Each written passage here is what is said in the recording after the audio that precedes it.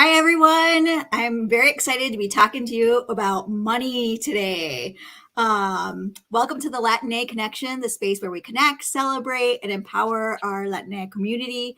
Bi-weekly, I'm thrilled to bring you incredible guests, dreamers, doers, change makers, who are doing amazing things in our community. And this is their way of giving back by providing and sharing their knowledge, their wisdom, their life experiences, and their thought leadership. So whether you're a rising professional, a bold entrepreneur, a creative with a story to tell, this is a place for you to connect with other folks, to learn, to grow, and do it amongst like-minded folks. So bienvenidos and welcome. For those that don't know me, I'm Ruby Garcia. I'm a leadership coach, hypnotherapist, grad student right now studying education, technology, and entrepreneurship, and the host of the Latina Connection. And this is a very special space to me, just because it's more than just a show. It's really an opportunity for our voices to be heard, to amplify voices in our community.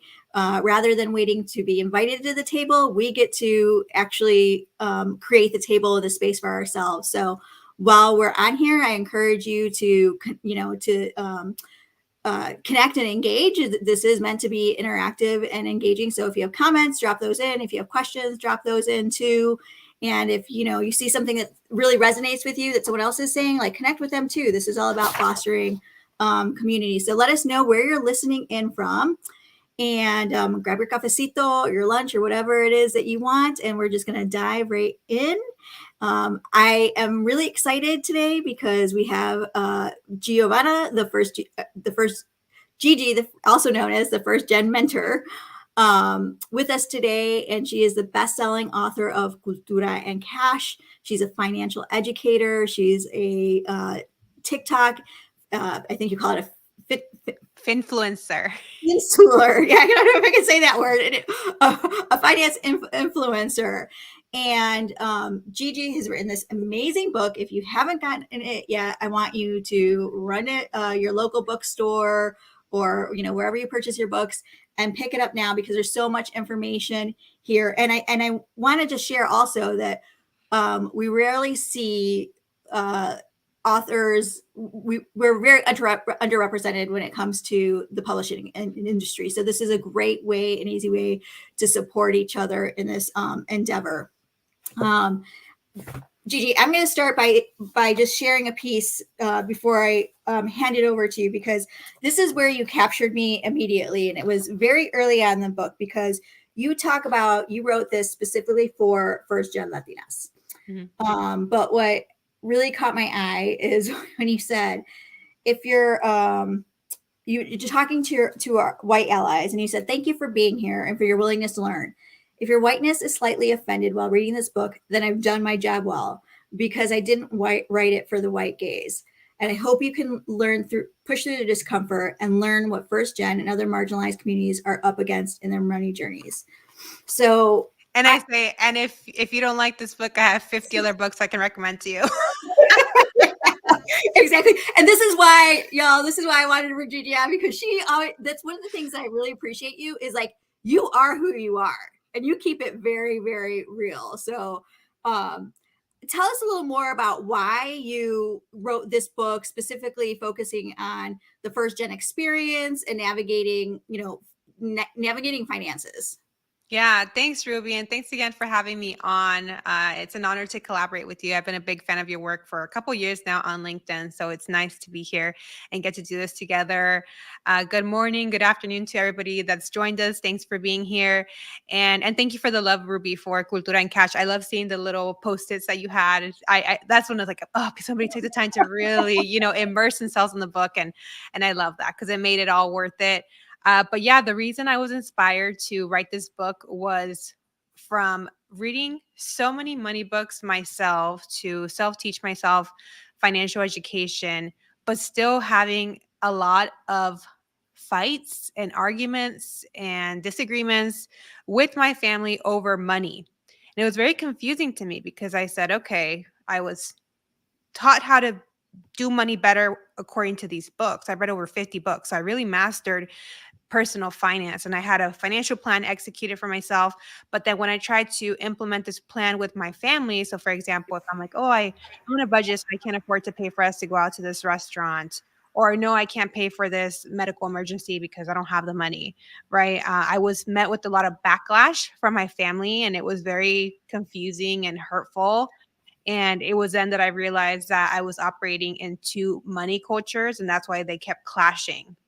So, traditional personal finance books that are written by white male authors are written from a very individualistic point of view where you just focus on your finances and nobody else.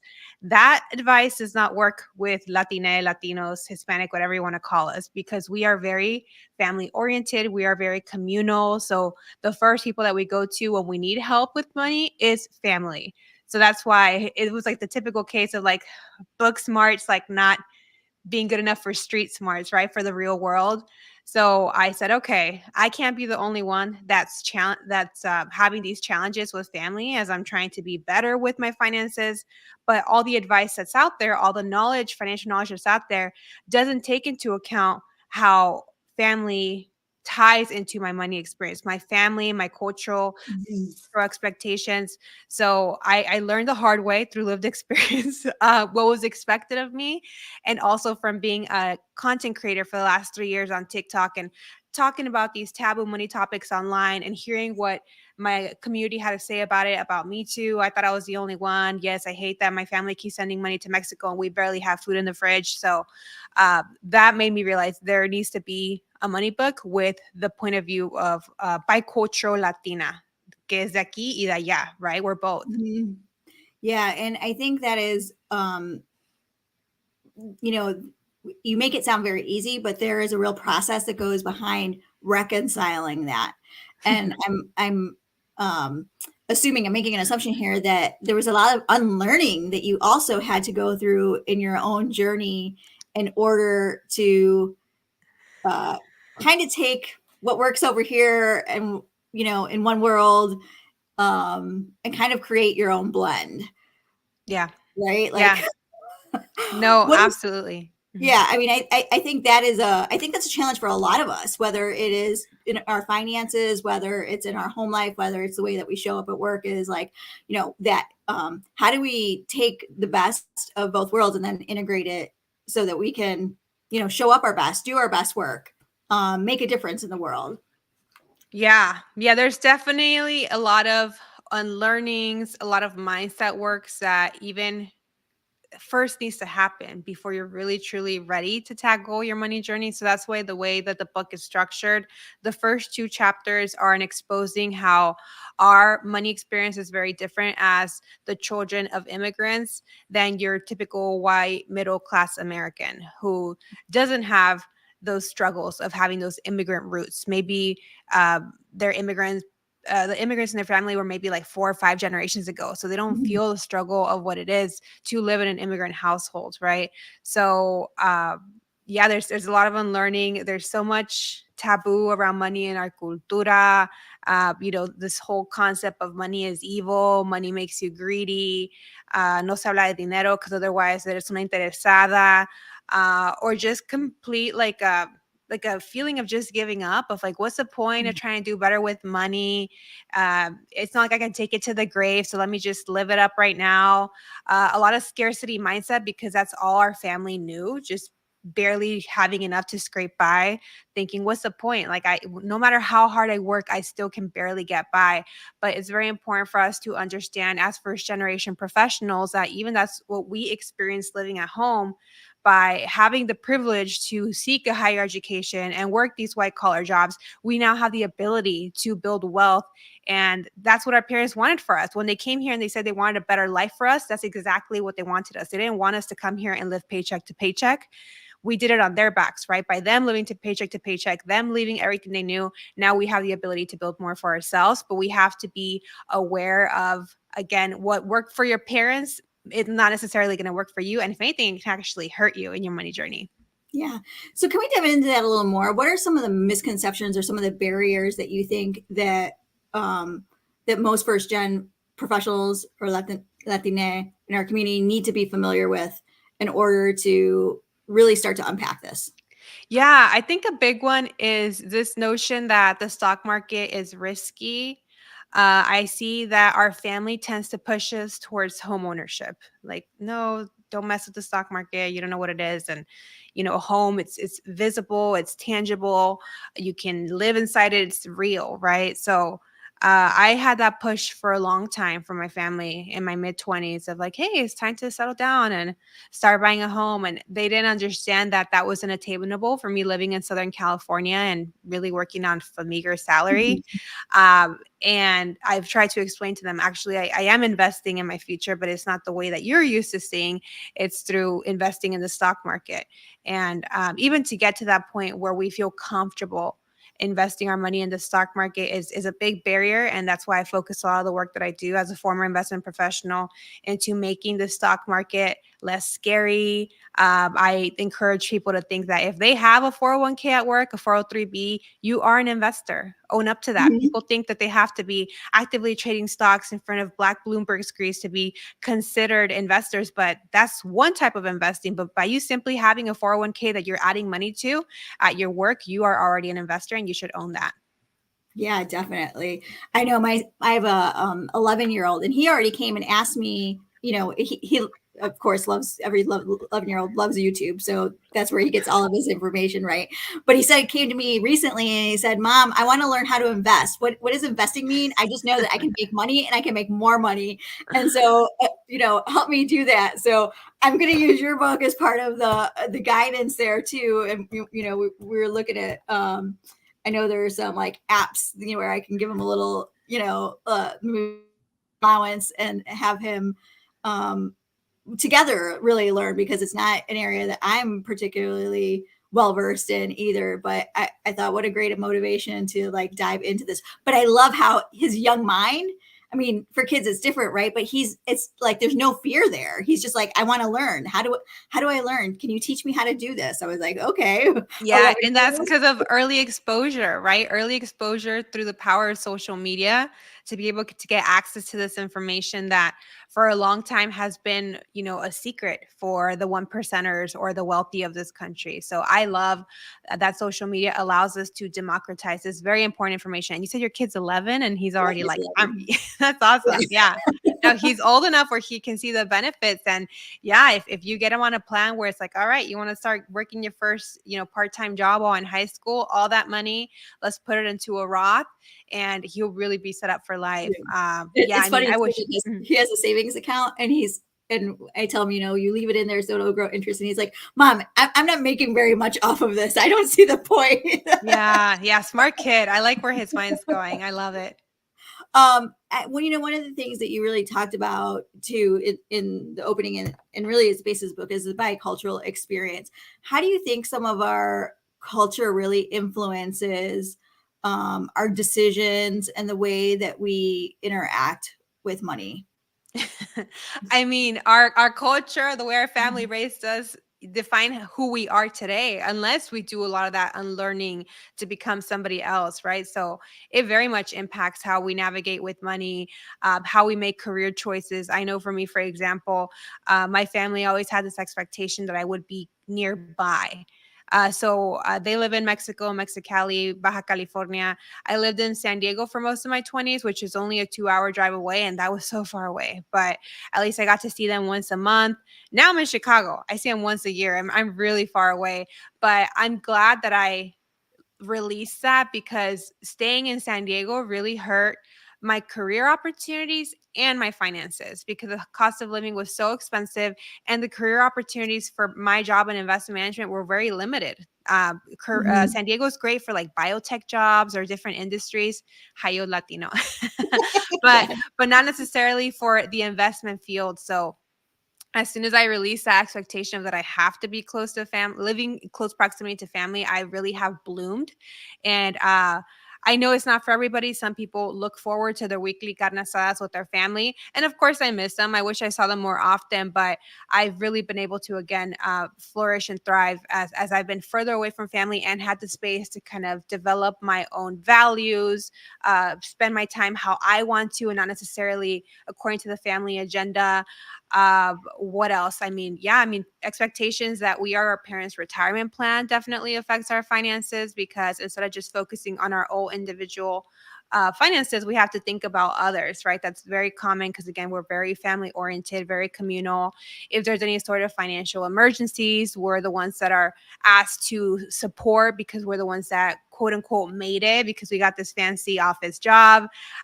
We're expected to extend our credit line because we're the ones with the good credit, and I don't have any credit and I need money for this or that. What else here? I want to make sure I don't miss my other point.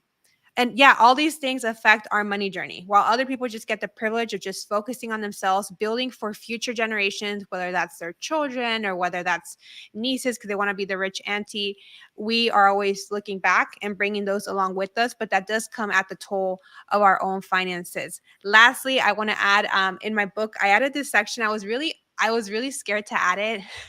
But I'm glad I did because I've gotten really good feedback on it. It's a section called Immigrant Money Habits That Keep Us Broke. And I do acknowledge that the wealth gap in the Latino community is very much a systemic issue, and we can't blame the individual for a systemic problem. But I also say this book is to help individuals change their behavior.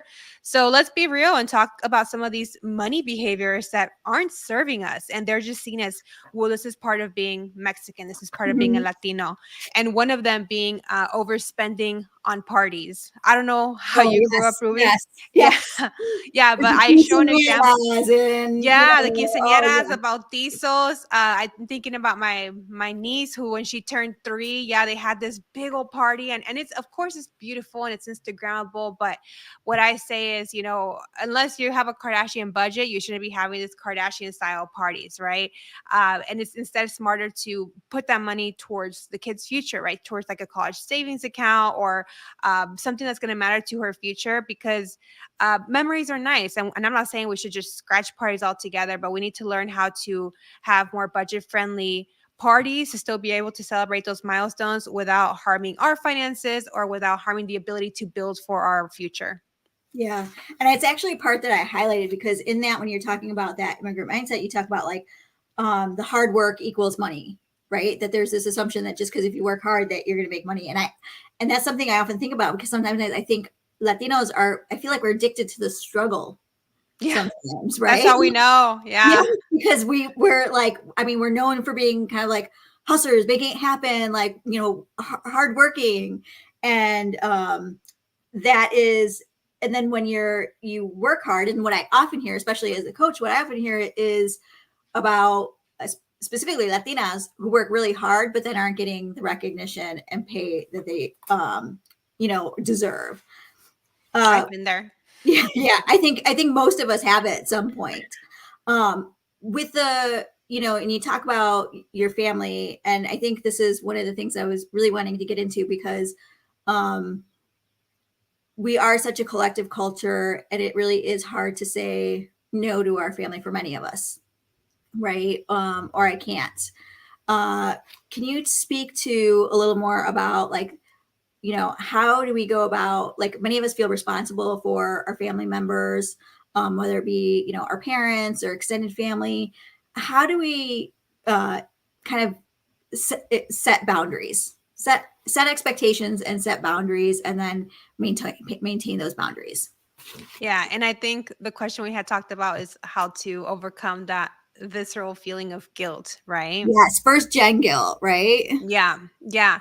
So I'm just so proud of where I am right now because I'm 34. I'm going to be 35 this year. And 10 years ago, when I was living through all this, it was so hard to say no to family because I was taught to people please and to always say yes and be obedient and self sacrificial. So to learn to implement any sort of boundaries was brand new and it felt very uncomfortable. And even my family was like, "What? You're telling us no?" They weren't used to it, right? Because out of respect, you always agree with your elders and do as they say. I think it's important to acknowledge that you will feel uncomfortable or guilty setting these financial boundaries because, again, culturally we're instilled to say yes to Mhm. family when they ask us of something. So it's hard to just pretend that that's not going to bug you. It's going to bug you, and it's because you're moving differently than how past family has. So what I would encourage people that have that sense is, the guilt sense, is to find like-minded community to share these struggles so you feel less alone. You're not the only one going through this. I've leaned on the support of a licensed mental health therapist that has really taught me that I can have the confidence to understand that my needs matter too. I, as an individual, matter too. It's not just always about the family and what's best for the family. I am a person too. And the healthy boundaries are not selfish. They are necessary, and they're an act of self-care. In the book, I teach this concept called the quiero y puedo approach to setting financial boundaries, because I find that many of my readers or community on TikTok understand the importance of boundaries, but they're like, when do I know when it's a good time? When should I actually pitch in and help? And this is my framework. It's worked for me and it's worked for others. So again, it's called the quiero y puedo approach. So first, I want yourself to ask yourself, si quieres, can you, right? So can you, I'm sorry, quieres, do you want to? Do you want to provide this financial support? I had an example recently where my family contacted me to pitch in for the vet costs, I think, of our family pet. Um, she was a 13-year-old Chihuahua. Oh, She was old this time. yeah. So I'm like, okay, do I want to? And some people would think, of course, right? Like, that's a family dog. You loved her. Yes, you want to help. So let's move forward and provide that support. Pet care But is expensive. yeah, well, it was in Mexico, so it was a little more Okay. accessible, but no quería. I didn't want to, and the reason was because that dog should have been put down a long time ago, and I begged and pleaded them, and I told them, that dogs don't die on their own. You have to, otherwise it's very tragic when they do on their own, and to show compassion and put the dog down, and they didn't listen to me. And meanwhile, I know that the dog's suffering. She's having strokes, and Oh, it just wasn't, yeah, it wasn't a pretty picture. So sure enough, when the dog dies, oh, hey, the dog died. We can use some money? I said, no, you guys deal with it, right? So that was a situation where I felt very comfortable saying, if I give money, even though I don't want to, I'm people pleasing. And I am not a people pleaser anymore. I'm a recovering people pleaser. So now I only do give money to family cuando me nace, when I truly want to. Not because my arms being twisted, is because I want to show up for family. So for example, I was also in Mexico recently and I visited my grandma. They're having a lot of medical expenses because they're aging. I left, I think, $800 with her. And she's like, thanks, this is going to help, with some of the medical bills that we have. And I wanted to. My grandma raised me. I wanted to provide that help to her. She didn't even ask me for the money. I'm just like, here, I know you can use it. So first, again, ask yourself, ¿quieres? Do you want to? Once you've met that question, then move on to, well, can you, right? Can you actually provide the money? Because it's great that you want to and you want to be a supportive family member, but are you going to derail your finances completely by providing this money that you don't even have yourself? And that's where most of my audience sees like, oh, like maybe I'm not in the best position to be helping others. And that's when I encourage people to put their oxygen mask first, right? To take care of themselves first, get themselves on a solid financial foundation, and then they can be stronger to help others later.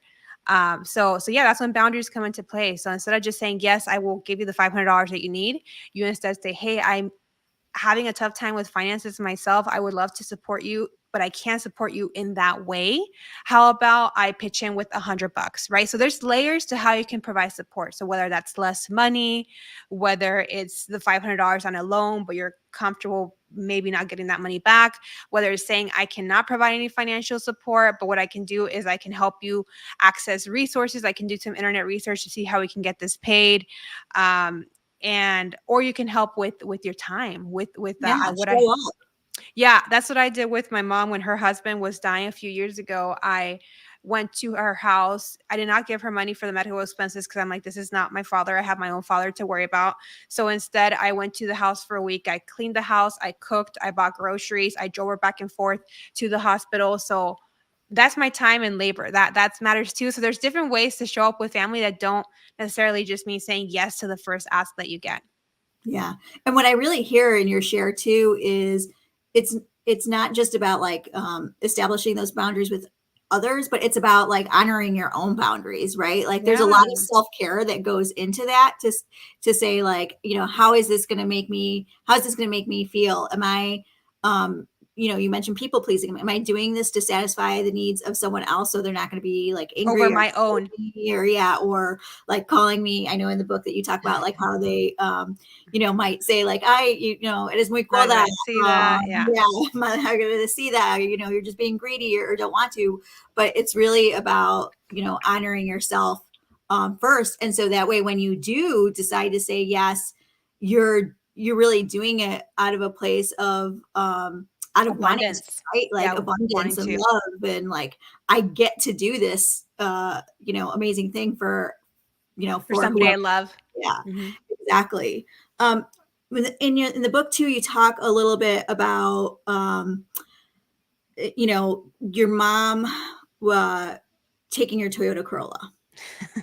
I'm fun. It's so funny because nobody asked me about that. You'd think more people would ask me about that part because I think it's pretty juicy, but I think you're I only the always like second that. person.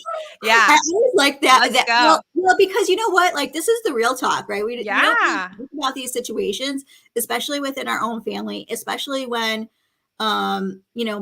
like I feel like in our culture, the mother is like the all revered, always right. Like you cannot can do go no against wrong. anything she says. Exactly, right? Like the martyr, right? And Hmm. so, but I know that's not the case all the time. And so she takes your Toyota Corolla. Can you expand a little more on that story so we can catch the viewers up? Uh, and then you actually call this abuse too. You talk about financial abuse, which is, I feel like it's almost a little like shocking. But I think you're a truth teller, and so you call it like you see it. Yeah. But I'd love for you to expand on that, and then just talk about like what do individuals do if they find themselves in this situation, and how to navigate it. Yeah, and before I get into the story, you mentioned how I think what I said in the book is I feel this is a form of financial abuse.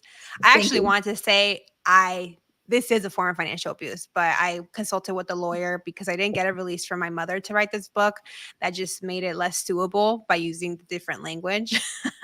But yeah, the story that Ruby's talking about is a story in chapter 6 where I discuss the importance of credit building. So, the reason that my book is different, besides focusing on how money and culture tie into our finances, it also teaches these 5 personal finance pillars, which are budgeting, investing, paying off debt, credit building. I'm forgetting one. There's a 5th one, but I teach them all through storytelling. So I share personal anecdotes of how I either did very well with the budget or how I did very poorly with debt. And I do this, I roast myself so that money is real to you. It's not just some abstract concept that you should do later when things are better or when you have more money. It's to show you the real impact that money has had in my life and how I want you to either avoid my mistakes or replicate the success that I've had when I've managed money well. So in the credit building chapter, instead of just going in there and explaining this is what credit is, this is why it's important, this is how you build credit, this is what credit card interest rate is, like I do discuss all that, but I open up the chapter by sharing a story of how having a good credit score saved me during a very difficult time with my family, specifically my mom.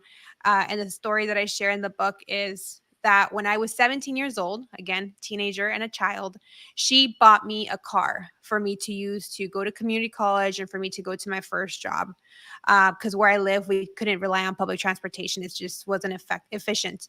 So she bought me a car from the dealership. She put down $2,000 for the down payment. She handed me the keys and she says, "This is your car.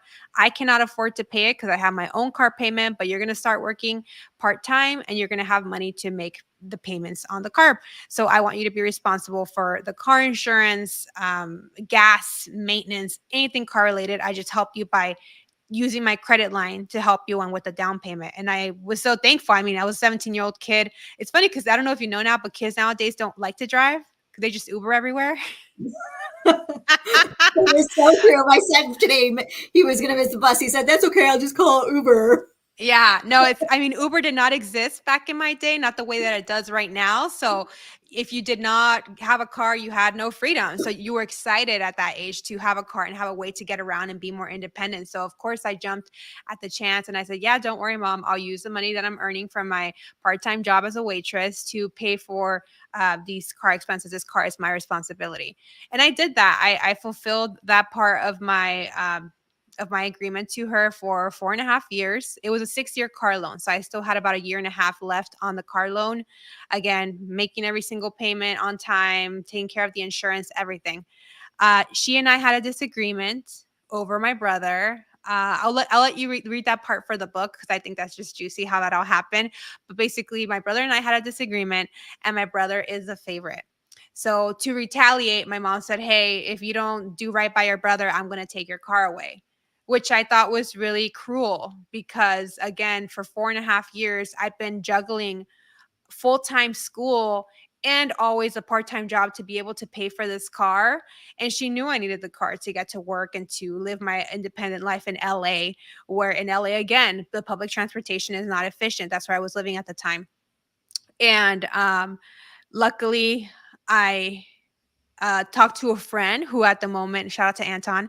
I'm sure he's not watching. He's really busy with his job, but he was very financially savvy, more than I was at the time. And he said, you know what, Giovanna, if you have good credit, you should be able to take out a car loan on your own and not have to deal with your mom's threats and all this. And I said, really? I'm like, I just graduated from college. I think I have an okay credit score, but I don't have any money for a down payment. And he said, if you have good credit, you should be able to even get it with 0% down, 0% interest. He's like, I'll go with you. Let's go to the car dealership. And yeah, sure enough, my credit score was good enough that I didn't have to pay interest. I didn't have to put down a down payment. And I released myself from my mom having the ability to manipulate me. And that is what financial abuse is. When you withhold resources or money from somebody, people think that it's only related to like a relationship, like a husband and wife or a Mhm. partnership, but it Mhm. can very much also be with, elder abuse, if you withhold money from elders, or parental abuse, if they withhold money from you because they want you to act a certain way. So yeah, anytime that somebody's withholding money or resources to change your behavior, it is a form of financial abuse. And I'm glad I called it out because a lot of people have now read that part and been like, I've been through something similar and I didn't Yes. realize it was that bad. Yeah, it was just it's so normalized in our community to do these sort of things, but it's not okay. And it affected my finances deeply because, again, I was almost done paying that car off. In a year and a half, I would have been done. At that point, I knew not to buy a new car and to just keep saving the money that I was and using it for other things. And instead, I had to get another 5 year loan. So I actually was in car debt for almost 10 years. Wow. So yeah, that was a hard lesson I learned. And once I bear all that with my reader, I'm like, now do you understand the importance of credit? All right, let's talk about what credit is and how you can make sure that it works in your favor. Yeah, that was really eye-opening for me reading that part, because I had a situation, and I was like 18 at the time, probably 17, 18, like, because I remember I was going into my first year of school, and my mom and I got in a big fight. And now let me say this. I was very rebellious. I'm very chill now, Same, but I same. was very, very rebellious. I was like malcriada, like I was the whole 9 yards, right? But I remember we got in a big fight, and she said, "Well, I'm not paying your school anymore." And when I think about the long term impact, like I didn't end up going. So I had community college, but I didn't end up actually finishing my bachelor's degree till I was already married. I had my first son. I was about 33, 34 by the time I finished school. And that was mostly because I ended up working at a place where I got tuition reimbursement, right? So, but the impact of that's my point, is the impact had a dramatic effect on my overall life, on the amount that I made. And really, I went back when I had a lot of professional experience. I was very fortunate to start working at a Fortune 500 organization when I was about 19 years old. So I had that. But what happened was the recession hit, and it got a lot harder to find a job, and that degree started to matter a lot more. And so that's when, like I said, when I started working at a new company, they had tuition reimbursement. I was like, I'm taking advantage. I'm getting that degree. And now, in one way I look at it and say, like, I have a different appreciation for it because, like, I really You earned did it. it. and I paid, like I paid the other half of it too, right? Outside of what the company paid for. But I think I'm surprised no one else has asked you about that because, uh, like, I think that happens more often than we like to think. I think people are still scared to talk about it. Yeah, yeah. And believe me, I hesitated even. I was like, if my dad sees this, he's going to show my mom, but whatever. Rosa here says, taking care of yourself first is very much at the forefront of my 22-year-old and seems very common for most Gen Z. This attitude often comes across as arrogant and insensitive towards La Familia. What's the best way to help navigate this as a parent and keep positive relationships with the familia? I can take that. Yeah. Yeah. I think it's important to have a balance, right? So it sounds like your child is being exposed more to the American individualistic way to handle money, which is again, every man for their own, pull yourself by the bootstraps. If somebody asks you for a loan, don't loan them money because you're not a bank. That doesn't work with us. That doesn't work with us because again, we are family oriented.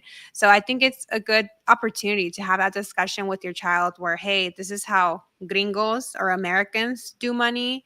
This is how we do money. But I understand that you have both. Again, you have that bicultural identity. Let's talk about like how family is still important, right? And there should still be a way to support family when you want to and when you can, right? Because what I like to say is that I think the American money culture is very selfish. And I think that's what the listener is picking up on, that it can come off very selfish and arrogant. But I would also argue that our culture, the Latino, Latina culture, is very selfless. So there has to be that balance in the middle of, again, picking up the best part of this, picking up the best part of this, creating your own blend according to your values so that you can still be there for family. You don't want to be that person that's like, I can never call her. She's always going to say no, right? For me personally, that's important to me. For other people, they're comfortable with that.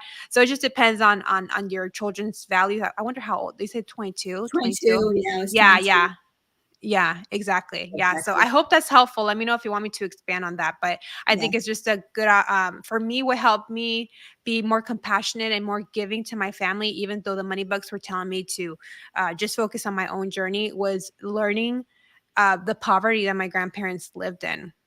My grandpa was tied by his ankle to a chair like a dog when his deal would go out to work because they didn't have childcare. So it's just, this is another world. He grew up in a different generation, another world. My grandma didn't have a proper coat until she was 10 years old. Before then, she just had a little cardigan, and it was cold where she lived, but they didn't have money for it.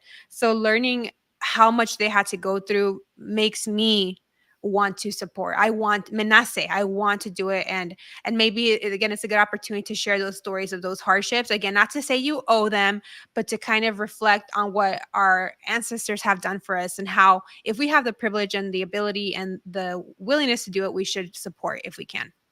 Yeah. Yeah. And I would highly suggest, Rosa, too, is like maybe get the book and read it alongside your son, each get a copy and make it a family discussion, Yeah. right? So that you're having the conversation around it. I want to transition because it's Women's History Month. It was Equal Pay Day. We know for Latinas that Latinas make 54 cents on the dollar compared to a non-Hispanic white male.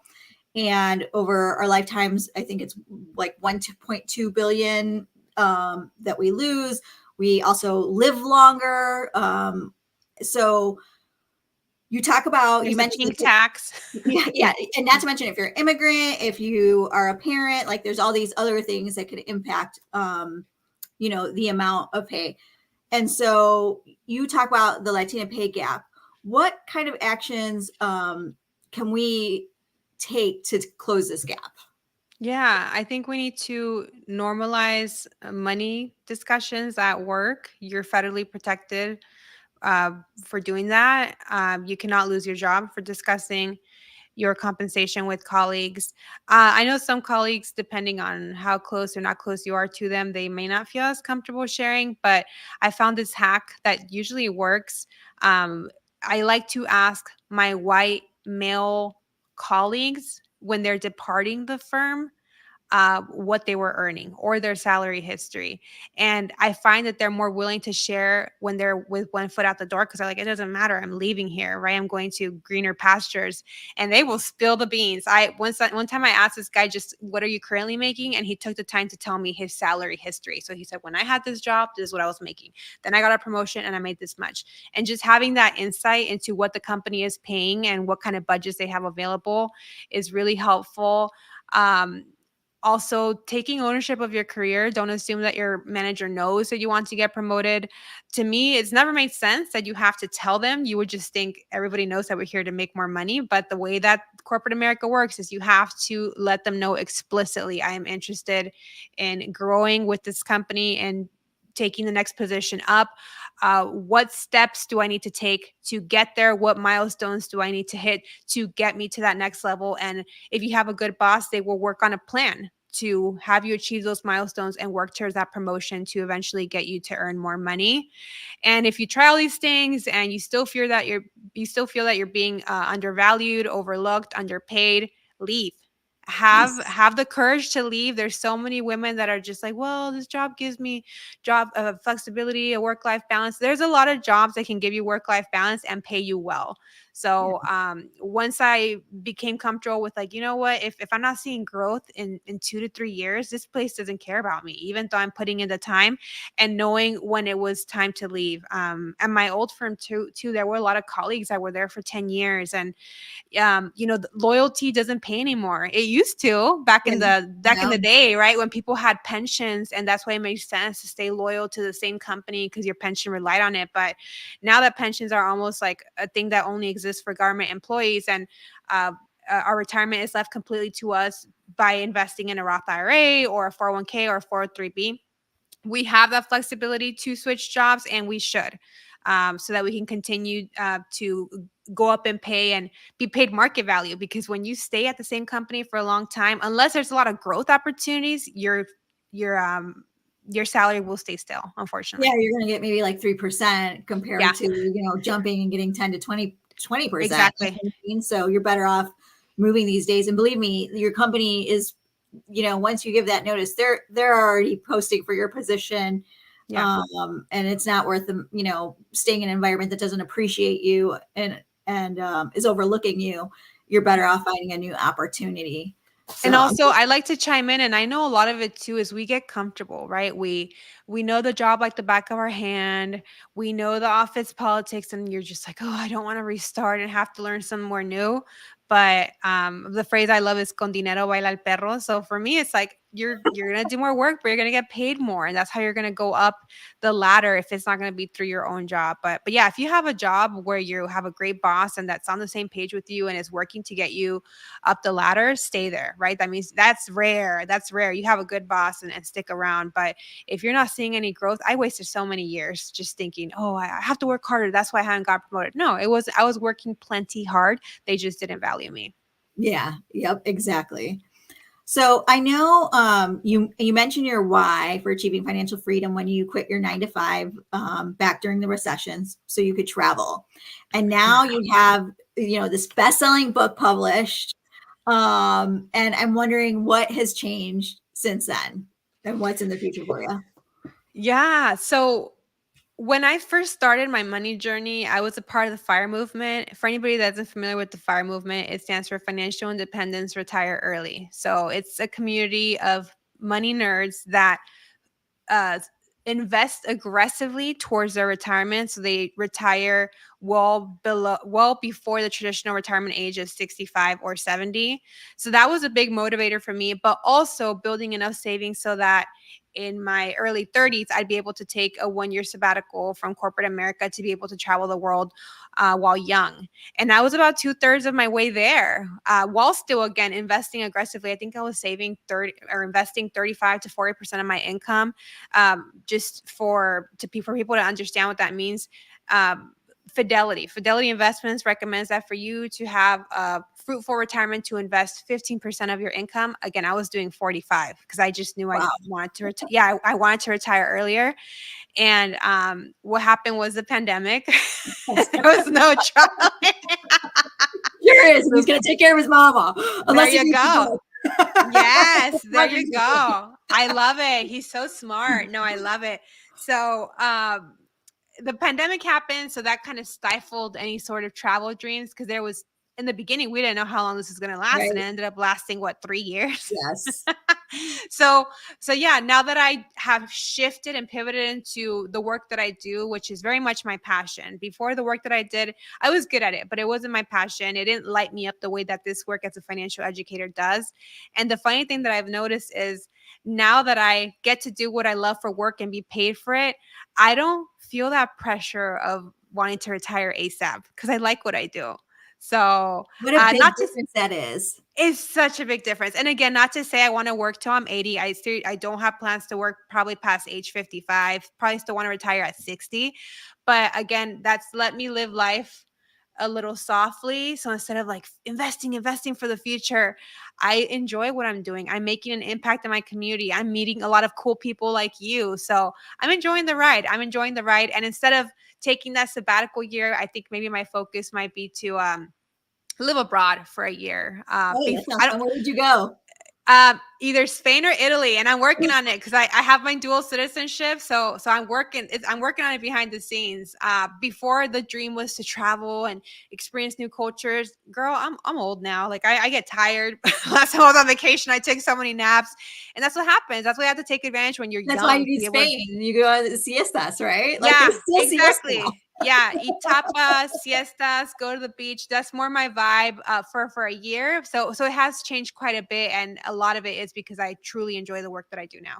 Yeah, that's awesome. I mean, and then when you decide to retire, it's like you can really you'll have options for what you want to do or how you Yeah, want to use your time, right? Like I mean, you could still not work but give back in other ways, or absolutely. there's like so much opportunities because you've given yourself um you've invested your resources so that you can have that freedom later, but it's also about like now, like living in the present now and having that freedom and options that Yeah.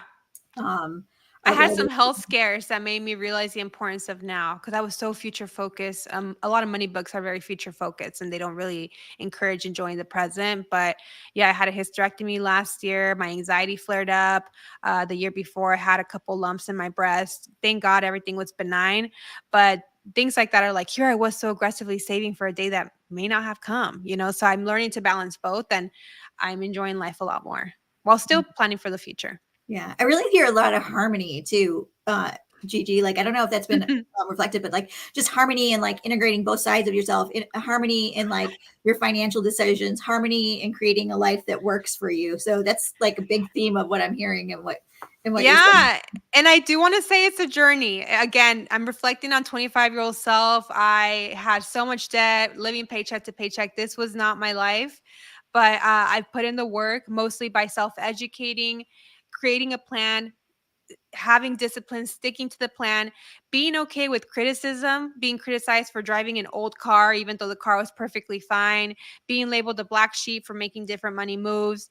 My family used to criticize me when I lived in Arizona because we rented a house and the house had a backyard with some grass, but it wasn't like consistent grass. And both my parents were like, why don't you take pride in this home that you're renting and living in and decorate the what's it called? The garden, right? The garden. Échale agüita, mi hija, no seas coda, échale agüita al zacate para que se vea bonito. And I'm like, this is not my house. Why am I going to beautify somebody else's house and just make their asset increase? Instead, I'm going to use the money that I'm earning on myself and my investments in my future, right? So, Mhm. again, being okay with those criticisms and letting them go in one ear and out the other. And that was hard because for a long time, my family was everything to me. I wanted their approval. I wanted them to support me. And I've just had to learn that I have to march to the beat of my own drum. And I'm okay for that. I'm okay for that. And I love teaching others to do the same. Yeah. Um, Thank you for that, Gigi. I know we're at the end here, but I want to ask you what resources, because I know you have a lot. What Yes. resources or support can you offer up to first gens that want to learn more and really start their own financial journey and kind of taking control? Yes. So first, and can I drop a link on this chat? I don't know if Absolutely, it'll. yeah, yeah. Okay. If So you let me drop it in try there, it. then you can Chat post it. with everyone in club. So this is a free discussion guide. It's called How to Talk to Your Parents About Retirement, Drama Free y con Cariño. And I made this guide a few months ago because I noticed that this was one of the biggest pain points with our community of like, hey, not only do I have to worry about my financial future, but also my aging parents. Like in this economy, how am I going to juggle both? So this is a guide to this start those discussions with family. There's resources like how to access the Social Security Administration's benefits calculator to get them a clear picture of what those benefits will look like. A lot of them think they don't have to worry about investing for retirement because they think the Social Security is enough. So that's really sobering when they see the number Mhm. from the official Social Security Administration website. So I hope you take advantage of that. Again, it's completely free. And then what other resources? As an author, books, right? Books. That's how I learn.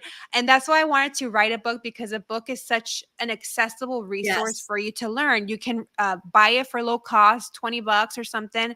If you can't afford to buy it, then you can rent it from your library. You can request that they get it in stock and check it out for free. So I actually wrote down my book recommendations. So actually, I should probably put them in the chat too. Yeah, feel So free to that drop it way, in the chat. And you have, so you can get the book. And I know there's a QR code in here that has that resource pack in here also. And you have your podcast too, Gigi.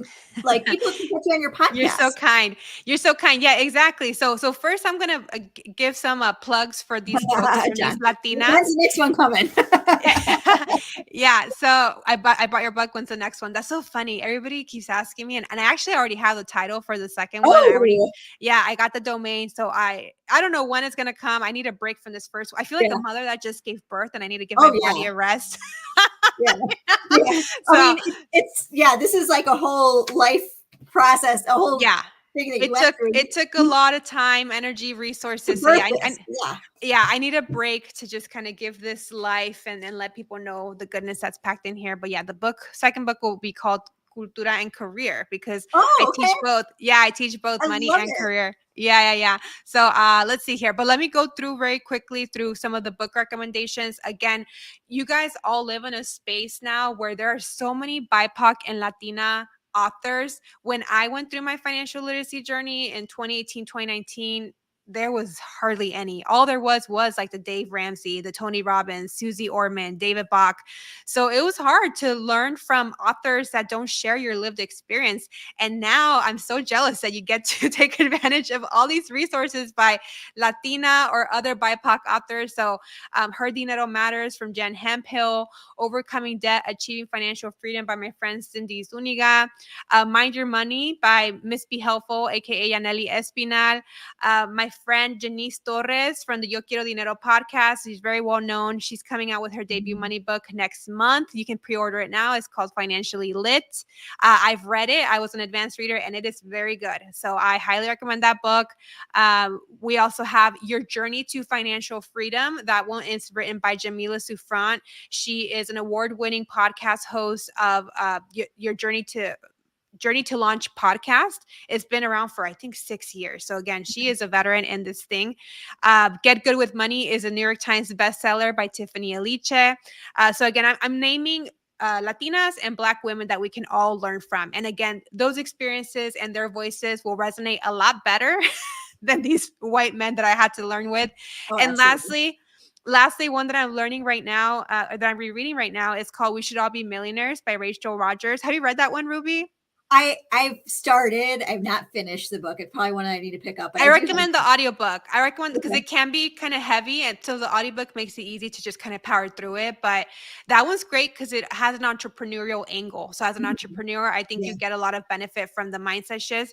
From rereading it, I actually was inspired to hire a personal trainer, because she says a broke ass decision is you thinking, oh, I'm going to go to the gym, and then you never prioritize your health because you're so busy with your business. And a millionaire decision is investing in a Yes. personal trainer that's going to keep you accountable. If you have the money, of course, it's money that you could use on something else, but your health is wealth. And Yeah. especially me as a solopreneur, if I can't work, I don't make money. So I now, since November, I've met with a personal trainer online 3 times a week, and he keeps Oh, me good for strong and you. healthy. Yeah. So again, now I'm making time for my health, my body, and I feel good, and I can Yeah. be productive and do well and show up well when I feel good. And Yeah. then, And yeah, that Yeah. wealth is so much more than just the finances, Oh, right? Like 100%. wealth is Yeah. every part of our life. Absolutely, absolutely. And then lastly, yeah, immerse yourself in financial education. Again, I just dropped a whole list of books that you can read. Of course, Cultura and Cash. Please support if you're able to. If not, request it from your local library so your community has access to it. I learned a lot by listening to financial podcasts. Yo Quiero Dinero is a podcast. I have my Cultura and Cash podcast. I just started a few months ago. Jamila's Journey to Launch is very popular. My girl Mandy and Tiffany have Brown Ambition. They talk about career and money. So there's a lot of free resources where you can continue this money conversation. And the more that you expose yourself to money content, the more familiar you will become with the language and the more empowered you'll feel to actually take action and do better with your finances.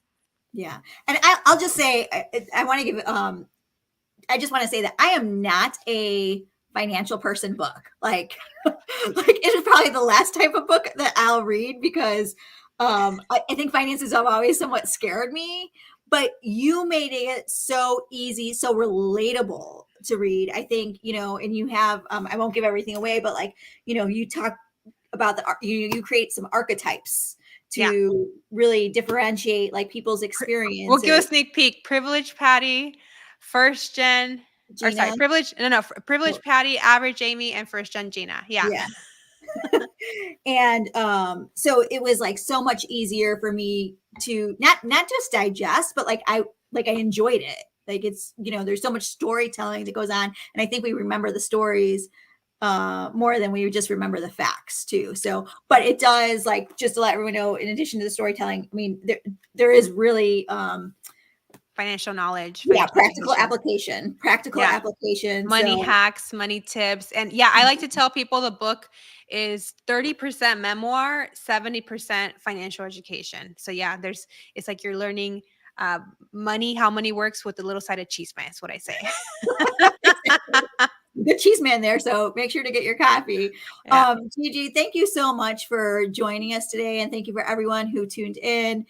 Definitely go out and, you know, support Gigi, get the book, share it with a friend, request it from your library. And Gigi, thanks. You know, I also just want to acknowledge you because you also gave a lot of shout outs to other women. And I love seeing that because it really is like the embodiment of women supporting women. It's not just There's something that you space for us say, but all. yeah, it's like the There's abundance mindset, right? The abundance Yeah, mindset. there's space for us all. We all have different lived experiences, different personalities, and there's so many people to serve. That's something I wish I would have known earlier on in my entrepreneur journey, because I very much had that scarcity mindset of like, isn't there already enough people doing this? And I've learned that there aren't enough people doing this. And I've been very lucky to surround myself with like-minded women who I believe in their mission, they believe in mine. So yes, opportunity that I get to plug them and bring them along with me, it's going to happen. Absolutely. Thank you again for everyone for joining, and feel free to share this. We'll be back in, let's see, next week I'll be back here with Giovanna, and we're going to be talking about AI. Giovanna Rosales, we're going to be talking about AI and technology and some of the changes going on there. And Gigi, we can't wait to get your next book, Cultura and Career. We heard it here, y'all. Oh, sorry. And I forgot to mention, I am on a book tour. Oh, So yes. And you get tons of events. I know, I forgot. Sorry. So I am on a book tour. I'll be in LA at Latina Fest this Sunday. The tickets are still on sale. I believe they're $10. Pretty accessible ticket. I will be in New York City. I will be collaborating with the NYU Alumni Latinx Network. And that will be an event that will be open to the public. They're generous enough to open it to the public. So I had another event, but it sold out in New York, so I'm not even going to mention that one. You can learn more about my book tour or about my book, or also access the introduction chapter via PDF or audio format by visiting culturaandcash.com. Culturaandcash.com is a website that houses everything book. Okay. And then all the events are on there?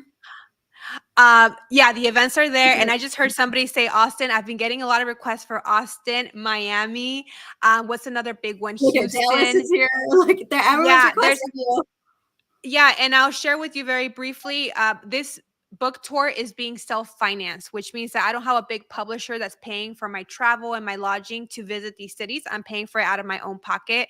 And as a small business owner, that's a significant expense. So the way that I'm finessing this is I am able to travel to cities where corporate clients fly me out to speak to them about financial literacy or career advocacy for Latinas. So if you have any ties to your employee resource group or any nonprofits or your HR department, and your company can hire me to speak, they'll cover they have a fee for, they have a budget for my speaking fee, for my travel. Then I can extend my trip and have a low cost community event. That's actually what I'm doing in Irvine. I forgot, I'll also be in Irvine, not Irvine, in Orange County in mid-April. Again, look on my website to see the dates. But I'm being flown out by a community college to do a paid speaking event. And because they're covering the cost, then I can extend my trip and do a low-cost community event at a local library. I'm looking at probably Downey or maybe somewhere in Santa Ana in Orange County. Yeah. And that's a great, I just want to point out that is terrific because this is your way of giving back to those that might not be Yeah. able to go in there. So, I mean, this is something that we have to even think about when it comes to like our time and energy, like to be uh, almost like philanthropists, right? And how we end up giving. Yeah, Almost like this. I to be clear, I don't make money from the book tour. It's just a way for me to promote the book and to meet my readers in real life and get their book signed, do meet and greets, take photos. Yeah, what we charge is just to cover the venue and whatever, snacks or drinks we have at the event. It's not about money; it's about connecting with readers. But it doesn't make financial sense for me to keep finding this cost. So that's why right now my spring tour, it was only those three major cities: Chicago, LA, and New York City. Oh, and I actually have a Chicago event, but it's sold out too. A lot of these events are sold out. There's smaller venues, so it's hard. But yeah, the book tour has been doing great. And again, if you'd like to see me in your city, please talk to your organization to see how we can collaborate as a paid speaker. And then I can do an event with your book club or at your local library or at a local coffee shop that the community can access for 10 or 15 bucks. Awesome. Awesome. So make sure to connect with Gigi, get on the website, follow her on Instagram, on TikTok, connect with her on LinkedIn. Gigi, we wish you continued success and just appreciate everything that you're doing for our community and, for having the real conversation. Thank you, Ruby. I really appreciate you creating this space, and mucho éxito. Thanks for having me. Definitely.